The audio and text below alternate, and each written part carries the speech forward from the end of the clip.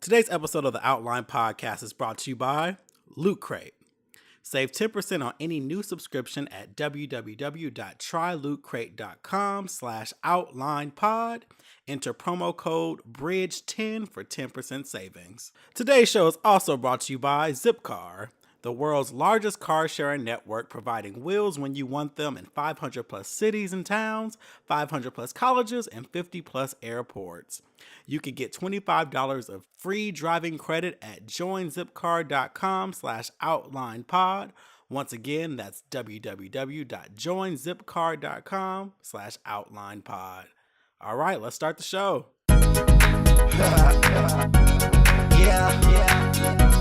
The Outline with Kevin Dwayne. Kevin Dwayne.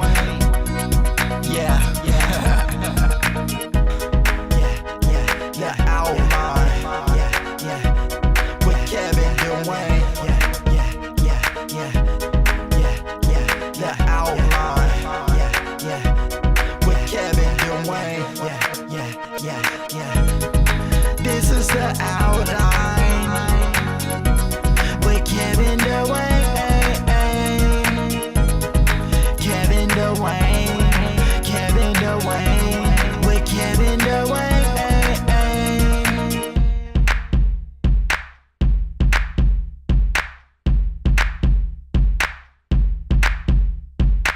Hey, what's up, you guys? It's the Outline with Kevin Dwayne. Thank you so much for joining me for yet another episode. I say the same shit every week. So guess what? Since we had the year anniversary last week, I am no longer numbering the episodes. I'm tired of that shit. So don't look for numbers. Just listen to them in order on Apple Podcasts, SoundCloud, Stitcher, Google Play Music.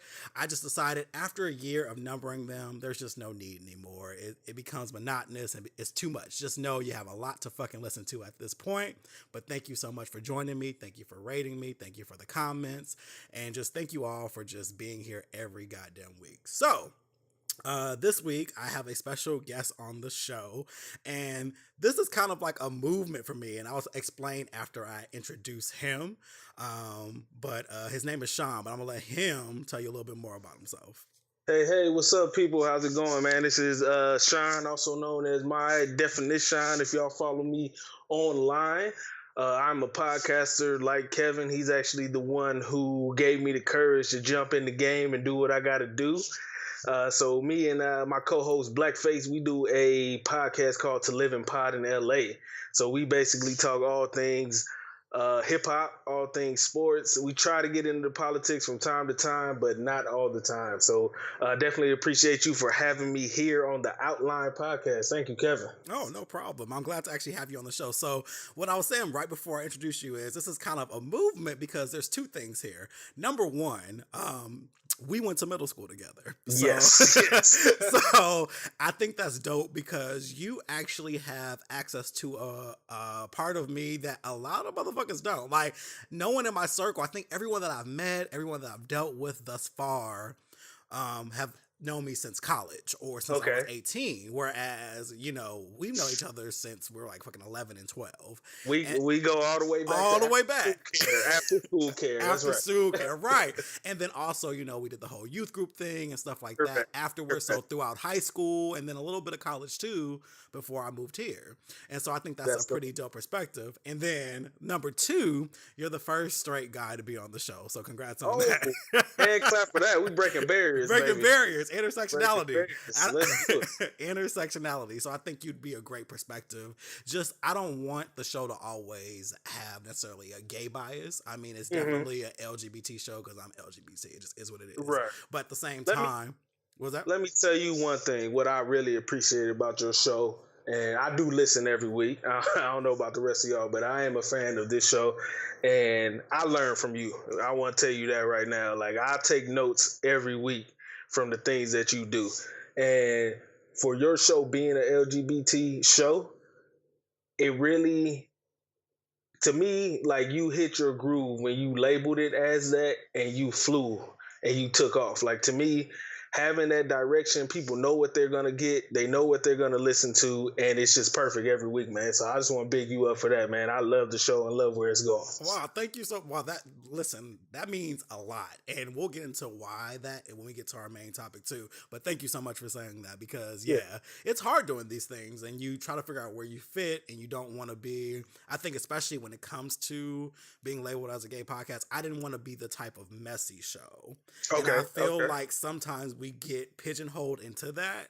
They feel like, oh, you gotta be like, you gotta talk shit about people. You just gotta talk about gossip. It can't be deep. And I'm like, no, there's levels to this shit. Like, you know, at the end of the day, we're all men and shit like that. But we just do different things differently in bedrooms. But at the same time, we go through the same shit. I like talking about politics and race issues and stuff like that. But there's just more to it. So I'm glad that you find it informative, and you're like, oh, okay, I can take away from this. Oh yeah, and I tell you all the time, man. I learn something new every week. And it cracks me up though because like, and Sean does actually send me stuff like after he'll send me a quote or something I said. I'm like, damn, like, and I'm always kind of like, damn, that's so damn crazy. And I really never expected that either. And like I said, we'll talk about that later when we get to the main topic. But yeah, I appreciate that. So I'm happy to have you on the show. And I know it was a matter of time because it was like, oh, we're gonna work together. But I also like to find places where people fit. I don't like to, I want to be like, okay, so you don't want to force it. Yeah, where's the flow? And so I thought that I'm happy to have you here. So let's talk some bullshit first, and then we'll get to the heavy part. So number one, are you watching Power right now? I love Power, one of my favorite shows on TV. Like, okay, so I'm up to date. I caught up this morning because I watch it on Sunday mornings. I can't wait to Sunday night. Who the fuck? Right. Y'all shouldn't have made it available. Like, there's no. I watched it last night, 9 p.m. Pacific, 12 Eastern. So I was on it as soon as it dropped. So this season is dope as fuck, is it not? Like, I love it. Everybody's hateable. Everybody. Yeah, everybody. Nobody to root for right now. Right. Nobody to root for. And at the same time, it's like, okay, I'm going to try my best not to give spoilers, but I really don't give a fuck if I do give them out. It is what it is. Yeah, y'all need to hurry up and watch that shit. Stop playing around. Yeah, so at this point, I just decided that I literally have no place for Tyreek anymore. Or Tariq. No, really. I was like, literally, if this nigga dies, I'd be okay. Like, I was like, I think they get over. I think they move on. They'll just have 2 daughters, and they'll just live their lives. Like, I just don't really... I don't care. It's at the point that I remember what it's like to be 15. Trust me, I remember it.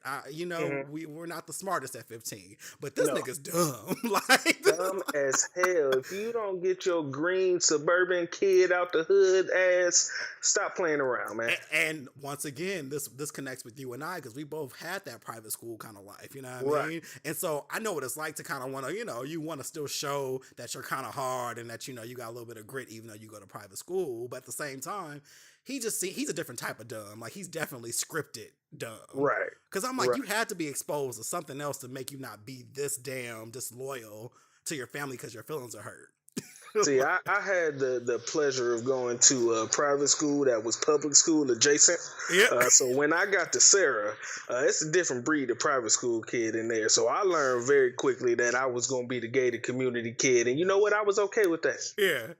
I was playing my role. I wasn't trying to get into no fuck shit. I was just going to do what I had to do, make friends, and not get into no dumb shit. Right. And I mean, you also, I think, and I get it, in that school, they go to like this little hoity-toity type school with a bunch of white kids. However, that was kind of more my ministry for high school because we all know what the fuck I went.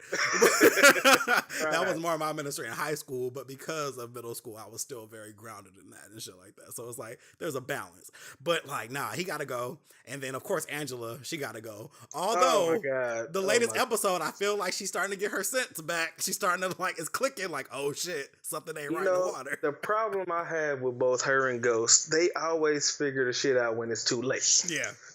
The tea leaves are there for y'all to read. Please just read them quicker because it makes me upset every time. And I'm fully aware that if these characters acted the way I wanted them to act, that this show would be no good. But at the same time, it's so frustrating every week.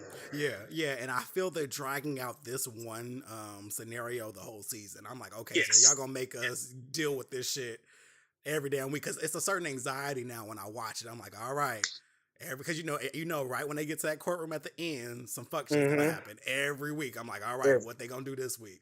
Oh yeah, You and they know? got a bombshell for y'all asses this week. Yeah. So man, but it's so good. It's so good. Like the writing, I'm like, all right, this might be y'all peak because it's really, really good. Right. And you start Yeah. to say to yourself, what are y'all gonna do after this though? Because it's Right. so damn heavy. You're like, well, shit, this is the show. So Right. Yeah. the Yeah. shit's dope. And shout out to 50 Cent for even being a part of this. Right. Speaking of 50 Cent, so this cascades. All right, so you see his whole comments about Jay-Z's album. Yes. golf course music. Yeah, like right? I don't get why 50's always saying shit out the side of his mouth when it comes to other people's music, when in reality his shit ain't been popping in a minute though. And That is true. like I was I'm like 50, like you got power, man. You still got vitamin water, like you're good. Like I don't understand like why you always speaking on shit you shouldn't speak on. Like you just because he's the king of trolls. He has to. He can't help He is himself. the king of trolls. So the last thing I saw, he was saying that he is about to drop an album, but it's not going to be as smart as 444. He said Right. He said that he's going to dumb it down because he feels like that's the culture of music right now. You got to make it stupid and make it about dumb shit. It can't be golf course music. I'm just like, Right. Well, you know what? That's what I appreciated the most about 444 was that it was age appropriate music and that Jay wasn't trying to do something. He wasn't trying to go with the quote unquote mumble movement, if you will. Yeah. So I appreciated that out of him. And to be honest, I'm not really looking for a 50 Cent album in 2017. Who is? I mean, I don't know. Unless just play "It's a Big Rich Town" on the loop, and then that's all I need to hear. That's the only song I want to hear. And I only like that because of Joe. So I mean, that's real. Cause I'm an R&B head, so I'm with you on that one. Man, like I was playing 50 Cent released like a greatest hit, or at least his label did like a few months back. And I was like, I'm gonna play this just for old time's sake. And I found myself saying, damn, homie, in high school, you was the man, homie. What the fuck happened to you? Like I really ain't that gospel. Right. I was like, damn, like what happened? Like, but like I said, he's still successful, he still has power, he's still doing his thing. Stick to that, man. Like stop speaking on shit that you're not really a part of anymore. He can't help it, Kevin. He has to. Yeah, he got to. I mean, because even that when he was trying to rile up the whole Empire thing, like Empire's like this show. I'm like, well, they're two different shows. Yes. I do think Power is a better show. So Agreed. why even bring that up? Like they're not even the same. But okay, they're just black shows that deal with crime and drama. Like that's it. Right. But they're two different stories. But whatever. Yeah. But shout out to 50. Whatever his music career, don't care about that. But let's always like whatever. Power's dope. We'll stick to that. So moving on. Did you hear about this whole SoundCloud thing last week? Yes, and I was a little concerned because last week was when my $15 was due for my account. So I said, do I pay this? Do I not pay this? Right. Do I stop payment on this? Or go ahead and it was funny because I woke up. First things first, one of my best friends sent me a text and she just put the emoji with the big eyes. I'm like, okay. And it took me a minute, it took me a minute to kind of wake up and read it. And I was like, oh, okay, I saw it. It was like, oh, SoundCloud suffering, blah, blah, allegedly. I was like, okay, whatever. I still didn't get a chance to make it register. And then next, all these podcast people started hitting me up and saying, hey, what the fuck we gonna do? And I'm like, why are you saying we? Like, this is like a group effort here. Like I don't understand. like that's number one. We, I don't know what's gonna, I don't know. What are you gonna do? And so then I started looking into it more and I kept seeing all these articles by like TechCrunch. I'm like, oh, these are like reputable companies saying this shit. And it got down to saying like, oh, they have 50 days left, and I'm like, wait, what? And they're going through layoffs. Right. I was like, oh shit. And it's weird because in the podcast community, certain people have been kind of dropping hints about like, hey, is your podcast in good hands? Like everybody's been kind of saying little shit. And I've been kind of like keeping note. Now, fast forward to I think like Friday, the CEO's like, no, we're good. Like Chance said some shit about, oh, we're trying to fix it, blah blah. Chance the rapper, the kid's Lord and Savior, right. He was like, oh, we're working on that, but then the CEO was just like, okay, Chance ain't got shit to do with it, but we're fine. He's like, your music is safe, everything is safe, you're good. So apparently we're okay, but what I will say to all the other people who are freaking out, let this be a lesson. Like, I hope you have your shit saved. Yep. Keep all your stuff on a hard drive, and there Yeah. are a million Multiple platforms out there. platforms, people. Right, you know, and like I get it. A lot of people are hosting from SoundCloud, and they're sending the RSS elsewhere. I get it, but just move it to another one. That's all. And I know I have a plan B because my plan B actually should have been my plan A, but I ain't sharing it with all y'all niggas on live. I'll tell Yeah, Sean keep later. that on the low. I'll yeah. tell you later, Sean, but I ain't about to just be sharing. But it was funny because I ended up going with SoundCloud first, just kind of like I've researched, but it turns out I had another option. I was like, oh shit, I didn't realize I had this option. Well, shit. Right. So if that happens, I'll do that. But what I think I'm gonna do is I'm gonna like behind the scenes still kind of have that shit uploaded. So as soon as if a light switch does go out, I can just go ahead and turn the other one on and be like, oh no, we still here. We still here. We good. You know. Yeah. So straight up. Yeah, guys, get multiple platforms, man. We are on everything every week. Shout out to being on iHeartRadio. I was like, wait a minute. That was a move right there. I was a little envious. Excited about that. I'm excited. Hey, I could plug you in, man. Hit me up. We'll talk about that. Like you said, when we done, we'll plug you into the iHeart lifestyle. Oh yeah, because I saw that. I said, come through iHeart, do this, make this movement. Like it's crazy how the podcast game right now is just like it's a whole nother world. Like oh man, yeah, we could do a whole episode on how we were thinking about it and how long this was in the making, man. Like this is. But I'm just glad we're here. Glad we're doing it, man. Yeah, it's dope. It's dope. It's definitely a fun thing to do every week, to be creative and just come up with new shit and just see where the hell it goes and whatever. Bring that. So speaking of making shit, okay, so have you noticed it's an influx of these new people recreating all our shit from like the 90s and stuff like that? Have you noticed, like, for example, this whole the Aladdin thing? I'm like, wait, y'all trying to do a live action Aladdin? Wait, what? Right. Who approved this? Like, how? Like, and so like they taking all our shit. Yes. It seems like there are no more original ideas out there. There can't be. Like, there can't be. Everything is being remade. Like Jumanji, which they could have kept that. Like, I saw the trailer. Yeah. I'm like, yeah, nah, this doesn't work for me. Well, the Rock hasn't been in enough movies this year, so. I mean, but he has Ballers though. He has Ballers. Like, just do Ballers. Ballers works for you. Him and Kevin Hart have to do 35 movies a year, or the year cannot finish. Just 35? Yes. Because at this point, motherfucking Kevin Hart does more movies than Jennifer Love Hewitt used to. Like, Jesus Christ. Like back in the day, she used to be in every goddamn thing. If it's that teen movie, her ass was right there collecting checks. Yeah, you right about that. Allow me to say something problematic quickly. Shout out to her and her breasts. Yeah. I just had to say it. Ain't nothing problematic about that. You like her breasts. Okay. That's fine, you know. Oh, yeah, they're wonderful. They're wonderful. Speaking of wonderful, so before we started the show, I peeped you had on a special shirt that caught my eye. Can you please tell us about the shirt?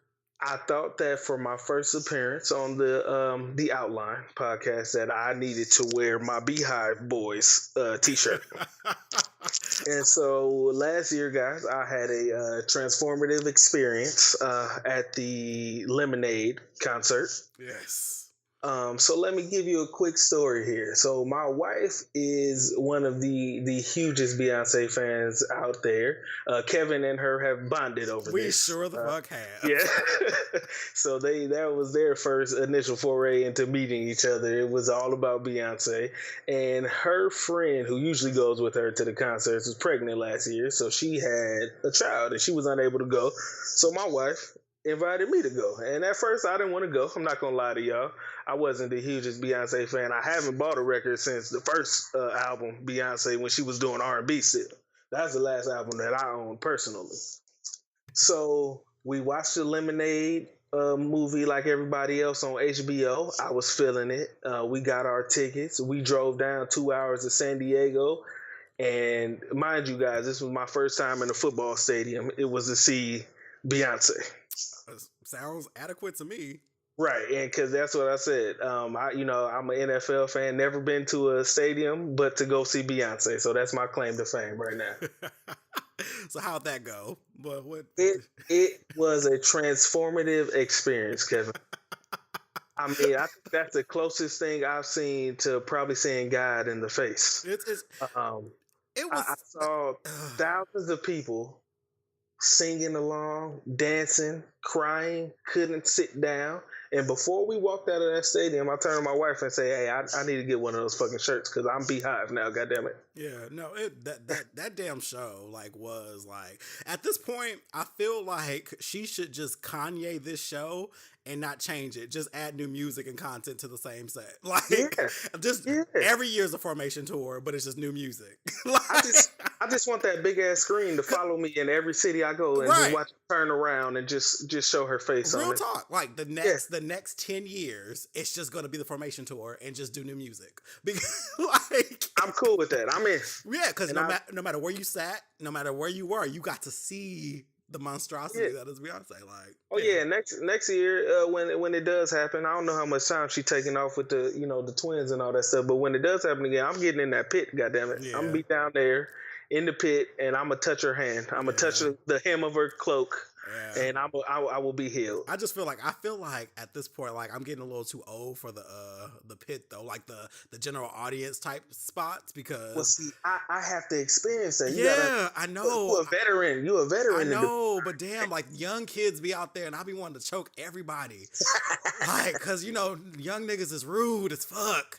And like, I ain't got about 5'7" of height. Like it just take one nigga that's 5'9" to get in front of me. And I'm just like, nigga, like move. Right. Like I can't deal with this. And it's funny because I got my ticket to see SZA and it's general audience. And I was like, damn. Fuck, because I know that means going early. That means being there so I can get my spot, and then constantly just kind of making sure niggas don't hop in front of me now. And hopefully she don't Lauryn Hill you and show up 4 hours late. Man, not this early in her career. Nope. She better. Like Lauryn Hill didn't even earn that for me. So I'm like, listen, like nah, you can't. No, you need to be there on time. In fact, you need to just go ahead and start at 8 on the dot or whatever that shit say it start.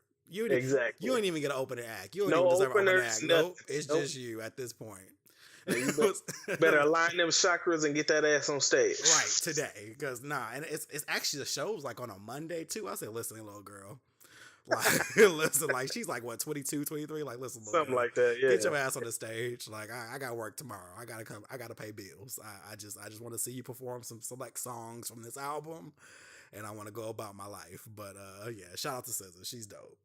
Everybody's so young now. Isn't that weird to you? Like, isn't it crazy how at one point in our lives, all the entertainers and athletes and shit were older than us? Man, this is crazy because I was just having this conversation with my nephew yesterday. Yeah, so we're watching Summer League. And we're watching the Lakers, and everybody knows about Lonzo Ball. If you pay attention to sports, and he's supposed to come and save the Lakers, and he like, you gonna go get a jersey? And I was like, well, I got a rule now. I can't really wear a jersey of a guy who's younger than me. Right.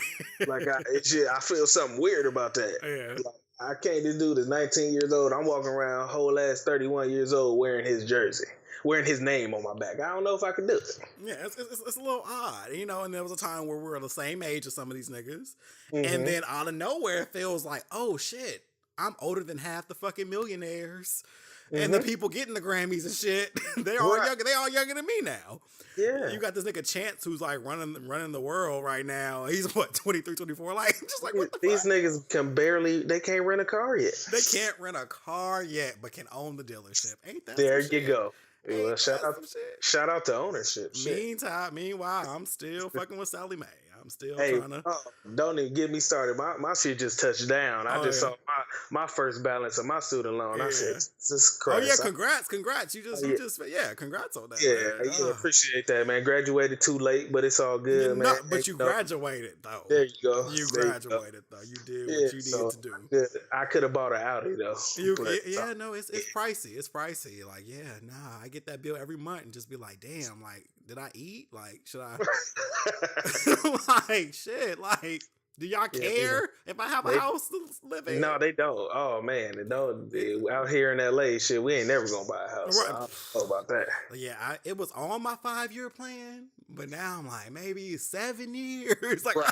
Like, how about I just put it when I turn 50? Let's say I want a house by 50, because at this point, I need a good cushion. I need a good cushion of time that I could just fuck off and just be like, okay, like, just shit's due, and I gotta pay everybody. I owe everybody, and just as you get older, it's just more and more. It seems like more and more shit pop up. You get a little smarter, but then that's when you start bringing in fucking dental bills and medical bills and shit. You be like, Woo. damn, like, can I get a fucking break? Like, Man, yeah. can we get like the holiday, like back like overseas and shit, where you just get a month and they give you an extra check? They give you an extra check, nigga, to go. I didn't know about that extra check. If you watch, what was the there was a Michael Moore documentary.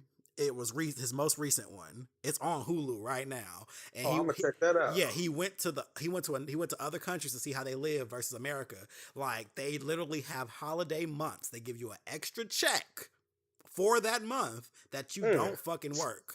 So you literally have a check for vacation and a month to take motherfucking vacation. Are they taking applications for citizenship? Like, listen, I'd go.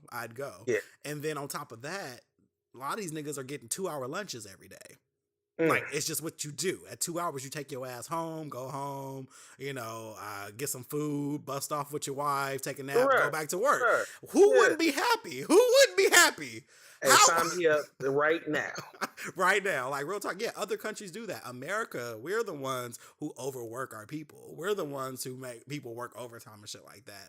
And like, it's all about money. It's all about inflation and shit like that. Oh, see, that's why my job, hey, me, I'm anti-American. I take all of my 2-week vacation every year. Oh, yeah. No, I'm talking about use it or lose it. I will not be losing it. I will use it all. Yeah, no. Gotta work. And some of that sick time. Don't trip. Oh, all of it. And I'm also I'm very I'm not a huge overtime person. I'm like, because if my money doesn't flex, why should I? So like, as long as the salary is set, I'm a 9-to-5er. So don't talk to me at 4:59 talking about, hey, no, the day's over. Preach. You got 12 seconds to talk, and I'm literally logging out while you're talking. And I will see you tomorrow. Right, at 9 o'clock. Like, though that's my paid time. That's how this works. And I just, it's not the grind. I can't do it. I can't. It's not for me. But whatever. So those are our hot topics. We're going to take a quick break and we're going to get right into the topic. So we'll see you guys in just a second. Hey guys, hope you're enjoying the show. The conversation with me and Sean is going to continue after this quick message. I wanted to talk to you about Audible. Audible is offering a free audiobook and 30-day free trial to the listeners of the Outline podcast. I would also like to recommend you check out Trevor Noah, Born a Crime. You guys know the comedian from Netflix, Comedy Central, The Daily Show. He's hilarious. He wrote a memoir about growing up in South Africa and the different challenges he faced to become who he is now. It's very insightful, and it is also funny because he's a funny guy. So you can check that out at audibletrial.com/outlinepod. Once again, to get your audiobook for free and your 30-day free trial. You can go to audibletrial.com, outline pod. That's /outline pod. I always forget that slash. But anyway, let's get back to the show. Hey, what's up, you guys? We are back with the Outline podcast. So I have Sean here, and we are going to talk about, homophobia, masculinity, manhood, all that shit, but in the Black community. I saw an article earlier this week on Very Smart Brothers, which is one of my favorite websites. Like, they are so dope, and they are growing huge. They just got bought out, by the way. The Root is actually going to be their parent company, so they're going to have access to all this shit, like podcasts and stuff. So they're actually growing, and that's amazing. As somebody who's a creative and seeing other people win, I'm all for that. Like, oh shit, because it lets you know it's possible. Anywho, there was an article written, and it was pretty much about a guy who he was gay, and he was talking about how he realized that homophobia is not a Black thing, and a lot of times it's put on Black people to be like, we're supposed to be the ones that are harder on masculinity and harder on gay people, and harder on women and stuff like that. And though some things seem that way, he was talking about how he realized that no, it's really not this way. It's just because of how society works and how media works and how everyone has a little bit of racism and sexism and homophobia and stuff like that, but it's not so much that. So I didn't necessarily want to analyze his story. It just made me think of Sean, actually. because once again, I said, I was like, oh, what would be a good place for Sean to be on the show? So I always thought about Sean as being like one of like the more open-minded black straight men that I knew. And I was just like, this is so dope, like how he just doesn't really give a fuck. Like he's just like, listen, just live your best life. Like, Right. Sean's married, that was like your high school sweetheart, right? That was definitely my high school Like sweetheart. I remember when I remember y'all niggas met. literally been together for like 16 years. Right, So I remember. I was like, we were married young. for 9 years this October, man. We've been out here. I've always been different in my thinking. Like you said, I got married before everybody. When we were in middle school, as you know, a bunch of our classmates went to one particular Catholic school in the city. Mm-hmm. And I decided, like, I've been around y'all niggas since kindergarten. I'm going to go to this school literally by myself. Well, I'm going to go ahead and say that shit. You mean Bishop? Yeah. Right.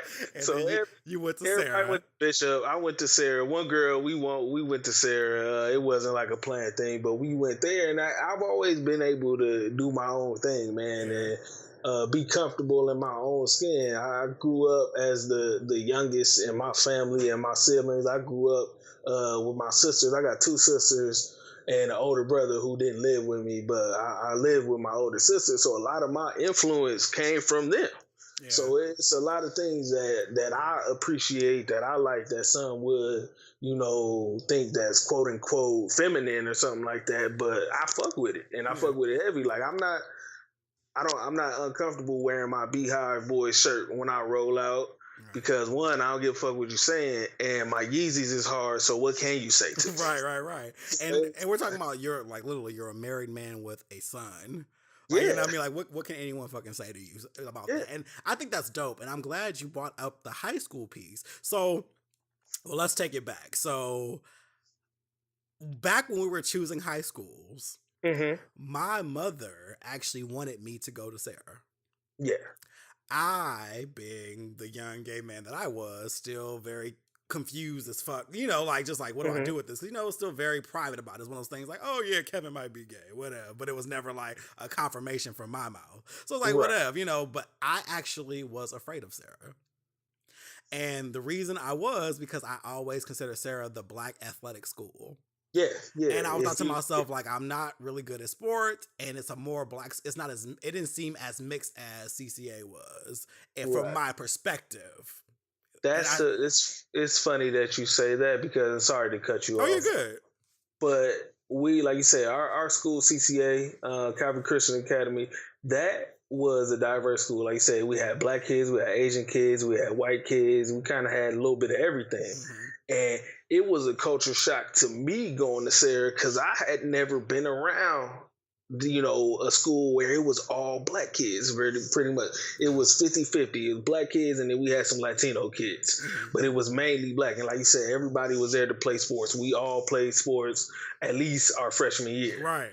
And it was like, what you here for. You here to run track, or you here to play football. And then if you taller, you here to play basketball. Yeah. And that's what I always thought about it. So my mom was like, well, I can actually afford that comfortably. So that's where I want you to go. When I tell you, I went there and I butchered that fucking entrance test. Like I butchered it. Like I butchered the fuck out of it on purpose. And it's funny because my mom could have made me just go to the fucking remedial classes and made me go. Like I didn't think that through. That was my Tariq moment. Like I didn't think she could have been like, you going to summer school then, nigga? Yeah, you're 14. Yeah, you don't know shit. You thought that was the move. I thought it was the move. And I remember we went and she was like, nah, something's not right.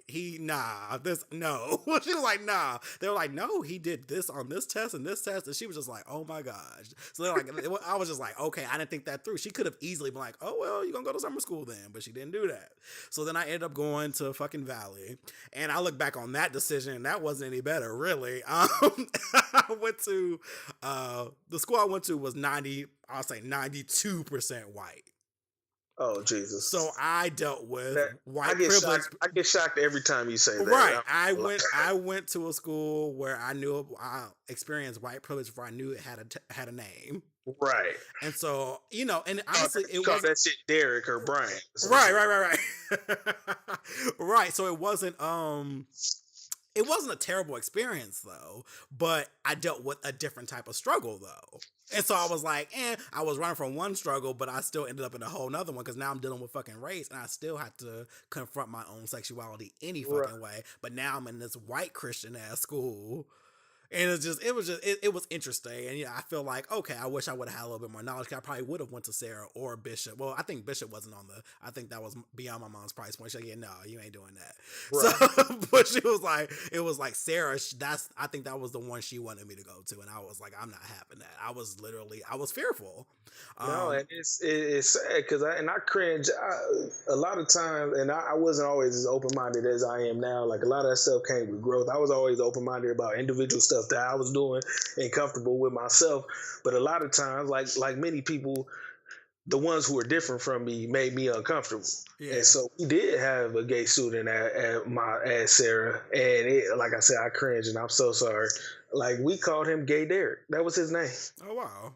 Yeah. And that's what's it. And he would answer to it though. And he'd be like, "Hey, what's up, Gay Derek?" And he'd be like, "Hey, like, what's going on?" And for him to have to, yeah, oh yeah, he was out and did not care. And that's what. And it was one of those things. Once most of us sat down and talked to him and got to know him, or you had a class with him, you like, man, Derek is cool as fuck.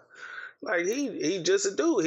He's more comfortable than all of us because the rest of us dealing with teenage angst and trying to fit in and all this other shit. And Derek was just walking around being himself every single day. That's real. That is So real. it's one of those things, and I could look back on that as an adult now and see his comfort level and see how he changed that into something that could have been him fighting every day to something that, okay, I'm gonna accept that and just be myself. Yeah, real talk. And it's funny that you said that because and I'm glad that you're able to just be like, yeah, no, I wasn't. I was kind of fucked up too, like whatever. Oh and, yeah, and that's I was horrible, like the majority of straight. And that's what I want to tie in because like, you and I were cool, I think, in middle school. Like, it was never like I never felt like necessarily like any kind of like, we were joking shit, blah, blah. I remember you used to always like say, whoa, all the time. Like, Black Rob. Black Rob, yeah. I was like, whoa. Like, that was like your shit. But I do kind of, I remember there were moments where I think I was intimidated by, I think, how you wore your manhood versus how I wore mine. Right.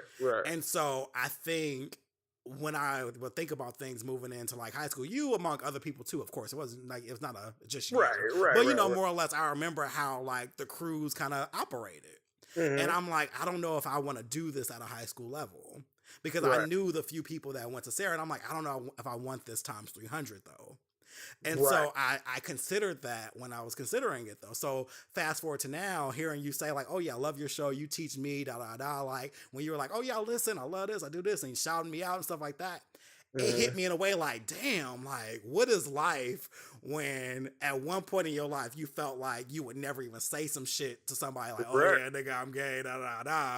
Out of fear of them being like, nigga, get your gay ass away from me. To being like, oh no, I respect your show, it's cool. And then you don't feel any type of way about it. Like I said, you got a whole ass wife, a whole ass kid, and you're comfortable in yourself. And that's dope to me because it lets you see that it is very much possible. And that's what ties into that article. It's like, Black people aren't a monolith. Right. Yes, we do have a lot of things that we agree on as Black people, but at the same time, we all different. We're all individual. And so I don't necessarily want to coin every Black straight man as homophobic because that's not even the case. Right. There's conversation you can have with people. It's not a Black thing. Yeah, I can tell you like exactly where it turned for me. So once I graduated from high school, I had some struggles. Always been a good student, but I didn't really want to go to college at the time. Me neither. I kind of, and my parents said, hey, you either work or you go to school. And so I decided to get out into the workforce. So where I first met diversity was going into the workplace.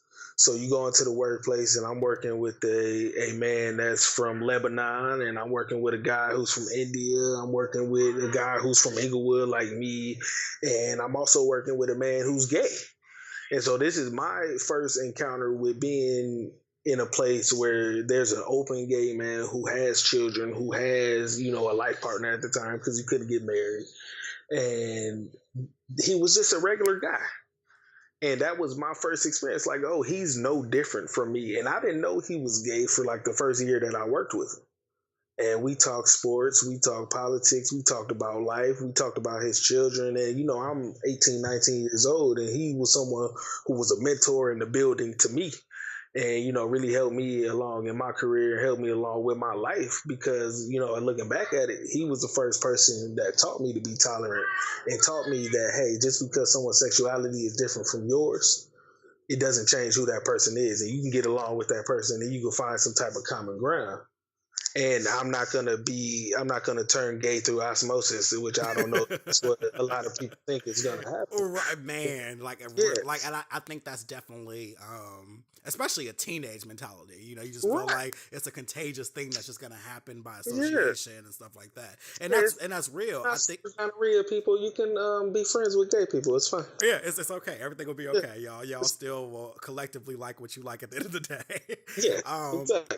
And that's dope that you said that, because what happens is it sounds like he made gay people real to you, rather. Yeah, it wasn't just what I saw on TV. It wasn't a stereotype. It wasn't anything that I read about. It was a real tangible person that I could touch and feel and be like, man, I like Jeff. Like, he's cool. Yeah. And I don't care that he's gay. And so from then on, it was cool. I'm not judging anybody based off who they are. I'm gonna get to know them, and we're gonna go from there. Yeah, that's dope, and it's real because it's one of those things. I think we fear things that we don't understand, but I think the problem is a lot of people don't try to understand. They rather run away with the stereotype or with the feeling that they have instead of trying to say, okay, let me try to figure this out. You know what I mean? Right. And I mean, I think about my mom actually. I think I made gay people real for her. If that makes sense.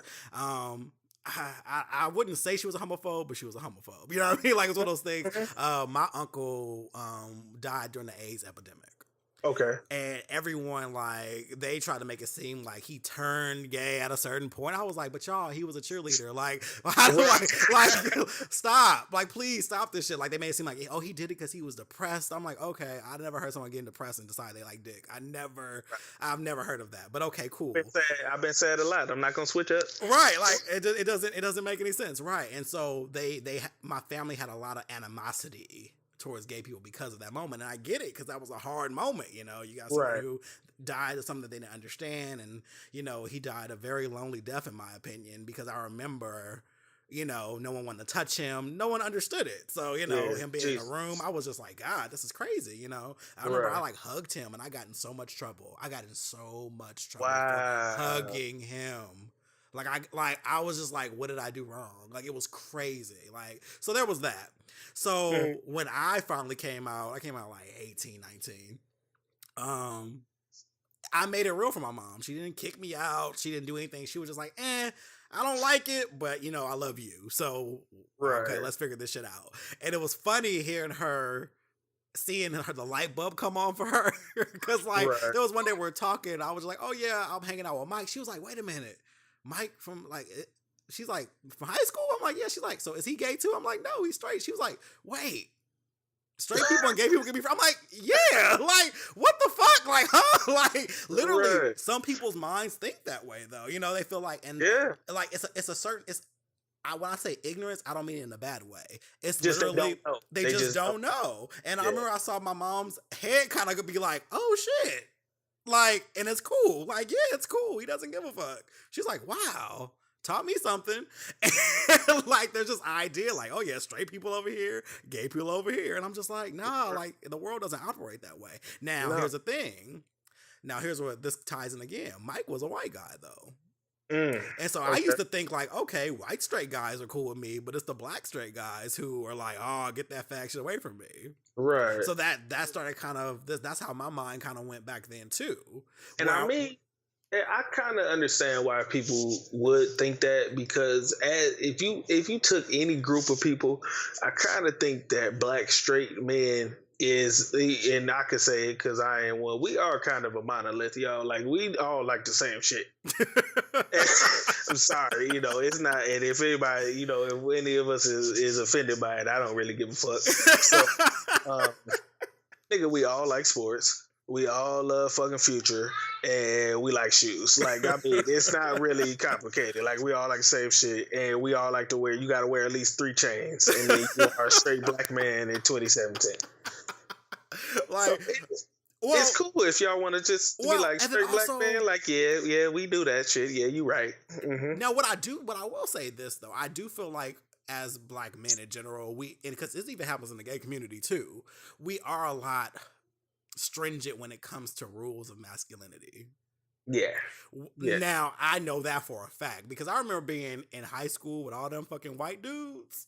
I thought everybody was gay. Like, real talk, by black standards of what's gay and what's not. Like, every second, I was like, oh, all these motherfuckers are gay by those standards. Because, like, everything was pause. Everything was no homo. Everything was, whoa. Everything was like, yeah, nah, that's too much. That, like you said, during that time, everything was suspect. I don't play that gay shit. Suspect. Yeah. My brother would be like, oh, that's sus. That's sus. Oh, that's real sus. I'd be like, oh, okay. But when I tell you, I would be in those locker rooms, like, peeing and shit, and all these white dudes were just doing pretend rapes on each other and shit, and doing all type of like real shit, like running around like naked, whatever. It was what they did. Nope. As far as Sarah, the boys' locker room was the only place that we was all modest because it was not. Yeah, we finna take showers with trunks on. Nigga, why you walking around here with that towel on? And you better put something on right now. And like, so that's where it comes from.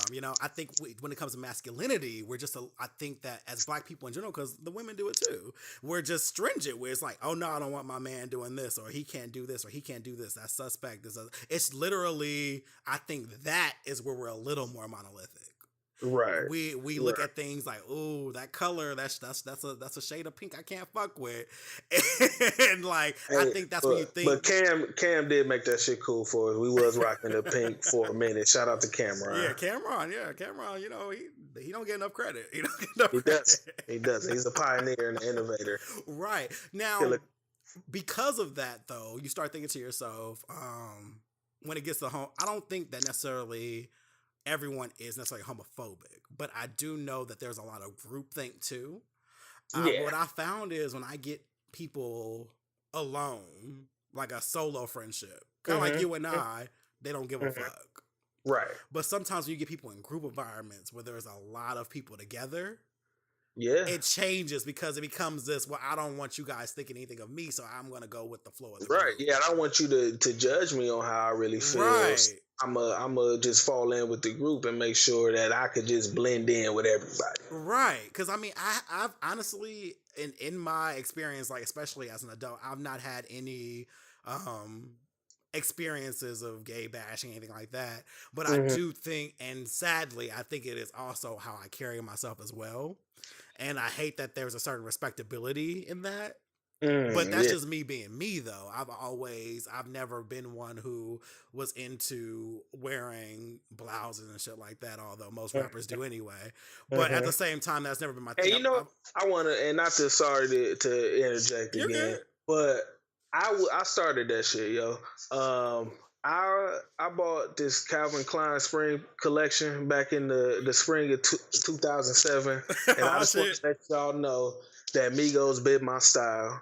I had this one, my favorite one. I had this white floral joint, and it was sheer, so it had like floral roses on it, but it was sheer. And back then I was in shape, y'all. I'm fat as hell right now though, so I would just wear the motherfucker open. You need a payout. You need a payout. Yeah, they didn't write your check. They need to go ahead and... I did. So they got, I started that shit, man. But continue on your real story as I interjected. Oh no, that's a great story. I want you to get your money. I want you to get at least an album credit or something. Royalty. Cut the check, Quavo. Cut it. Or Offset. I mean, Offset building up too. He can. I don't feel like he the one to talk to about. No lie. Nah. Yeah. I mean, he didn't get left out bad and bougie. Shit, I did. Nigga, they left me off. You did. You got left off. It's cool though. No. Basically, it's more or less, especially when it comes to fashion and lingo, and Right. there was a point in time where niggas couldn't even say sausage without saying pause. Like, you know what I mean? Like, Right. nigga, It was so like, bad. you just like, Yeah. damn, nigga, you want a piece of fucking sausage? It's breakfast time, nigga. Like, I don't understand. Like, why does everything have to be like, oh? And I think I blame groupthink because not even my own like brothers and shit, and I felt like they said the most homophobic shit ever. But like when it came to me, they were fighting a nigga over me. Of course. But I That's was my there, bro. right? And so I always was like, okay, by oneself is cool, but as a group, it's like, yeah, no, I ain't with that shit. And so Yeah. I see that more, I guess, in the black community. And so Right. that's where you start tying in like the whole. So it's like necessarily, I don't think that black people are more homophobic. It's just that we have these stronger rules, and I think it's because of being black, where you feel like you gotta be extra when it comes to Yeah. everything. I still feel like if you come out in a black family, like you might get your invitation canceled to Thanksgiving still. Yeah, yeah. Yeah. I remember when I came out. I don't really. Let's just say this: I didn't give a fuck, and Okay. I mean, my attitude I have now is pretty much the one I had then. What it was is this: once my only fear was my mom knowing. That was it. Once I told her, I didn't give a fuck. Right. Like, I did not give a fuck at all. And I remember I was posting shit on Facebook, just talking regular or whatever. Mhm. And, people would say little side shit like, oh, people talking about you. I'm like, I don't give a fuck. Like, I don't care. Like, what are they going to do to me? I'm working. I'm in school. What are you going to do to me? What the fuck? You ain't going to beat me up. Like, what the fuck? What are you going to do? You definitely not Mr. Black Belt over here. Right. You definitely about to get that. Right, there was that too. What are you gonna do to me? Like, I don't understand what the fuck. So I didn't care as much. But I do know that there was some kind of animosity. I know that some people did stop fucking with me, but I was too busy. I made so many friends who liked me as I was that I didn't give a fuck about those people. Right. I didn't have that benefit. I think a lot of times, a lot of like people, gay, trans, bi, whatever, they hold on to these people. They say like, oh, this is my family, or this is, I love these people. I'm like, but listen, you wouldn't be losing them. They will be losing you because they want you to change to be comfortable. Right. I would rather be myself to be around you. So fuck that. So that's how my view was. But I do remember my mom saying, hey, that wedding, you might not want to go. And I'd be like, what? And she would kind of give me a heads up, like, yeah, I wouldn't go. Right. I'm like, right. damn, like the family trying to be like that. But you know what happened though? What happened? After a while, when people started kind of seeing who I was, I guess as a blogger and photographer, and started seeing me for, I guess, my talents or whatever. Mm-hmm. I don't know. Maybe that made me real to them. Or maybe they think there's some kind of train that's moving that they want to be on. I don't know. But Like just the same way you say about me, like you just exude this level of comfort about you, man. Like you are unapologetically Kevin. Yeah. And I think that's what people respect. And you don't get a lot of people who could walk around and just be comfortable in their own skin or in their own personality or in their own whatever it is.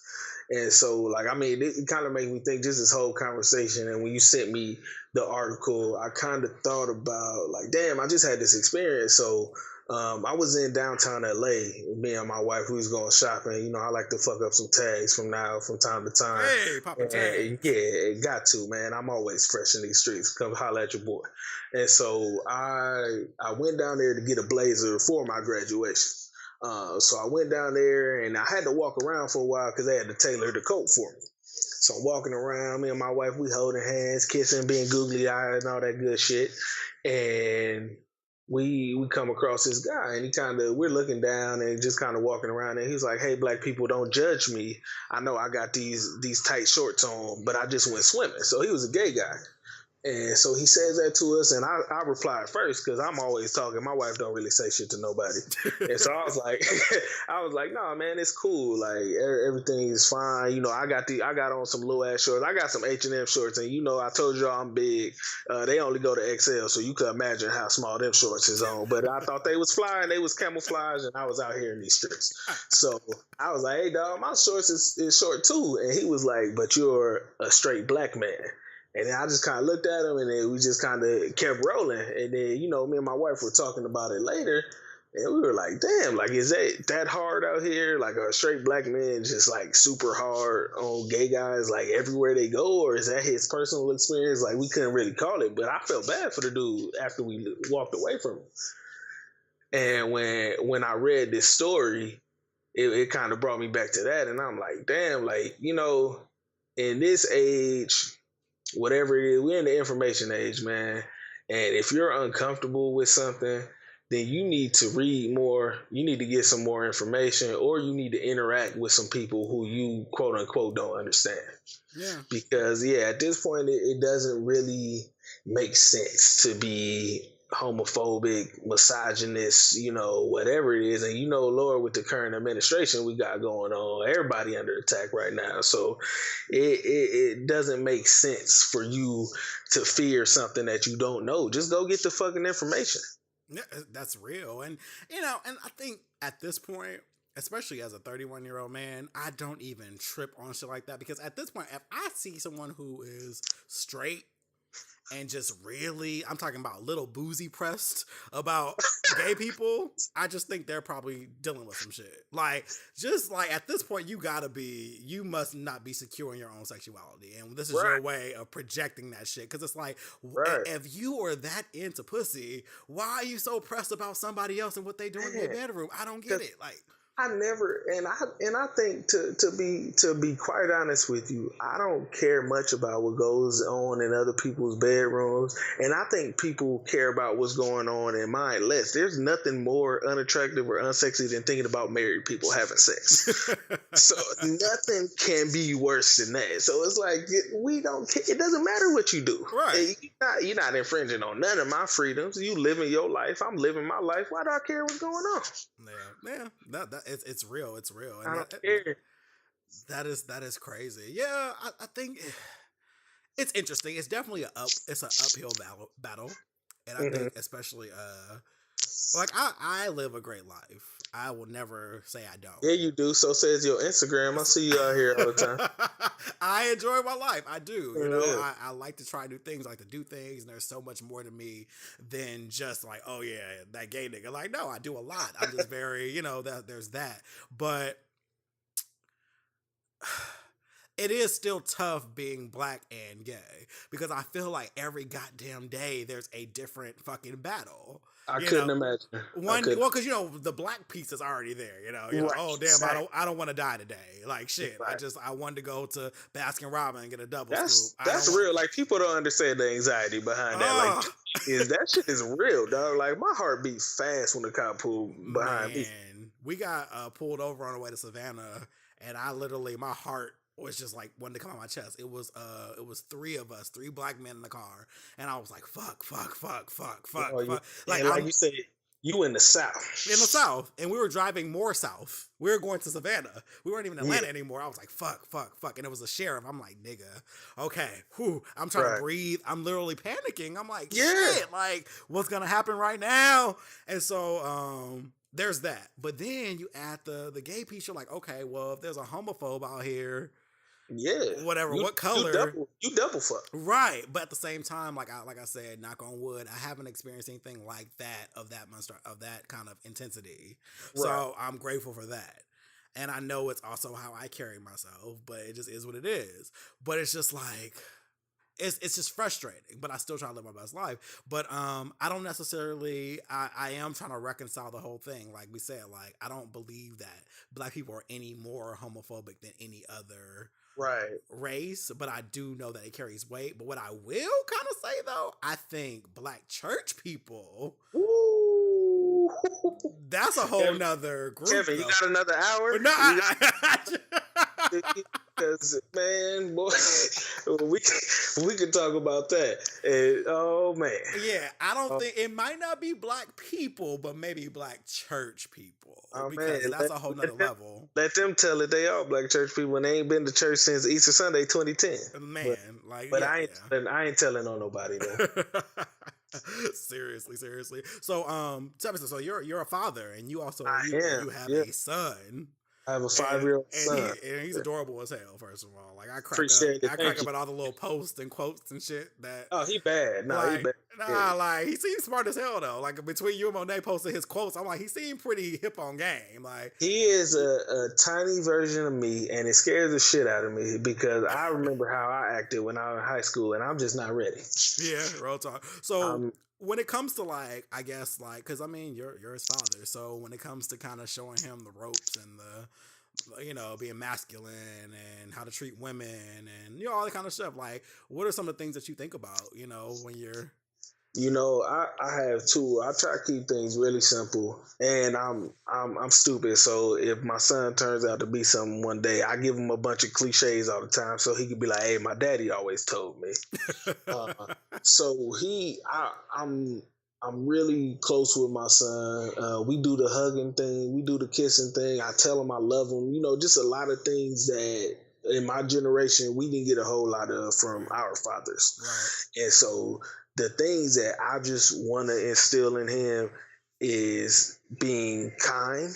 And basically, we live by the golden rule, man. You do unto others as you had them do unto you, and that's how we live. We treat everybody nicely.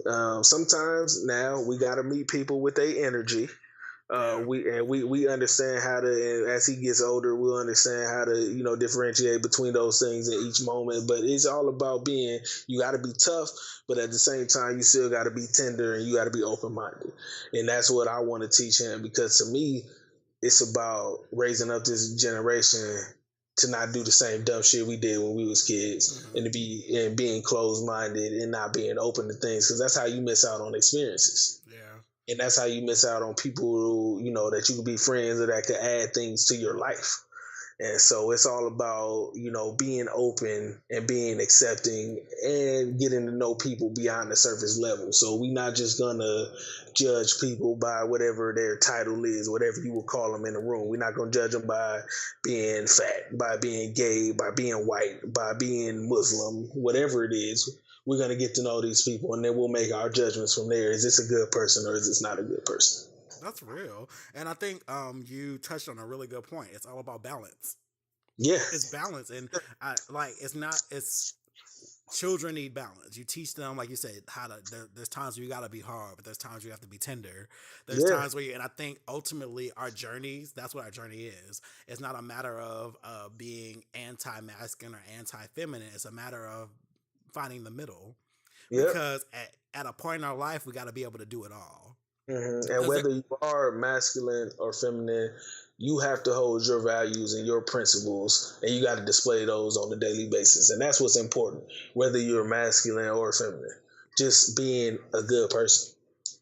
That's real. That's real. Man, oh my God. Okay, so this was a perfect conversation. Like we gonna stop it right there. That was perfect. Like I don't want to fuck this up.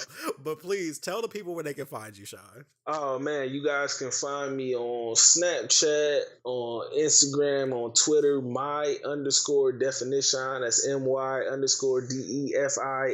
my_DEFINISEAN.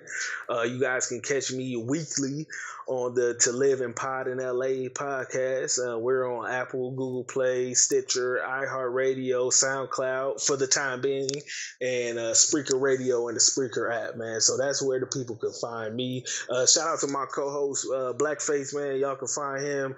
I don't know his social media shit because it's all 3 different names. So sorry. You gotta get your marketing together. Yeah, That's what he said. He got a universe. Yeah, you gotta coordinate the shits, bro.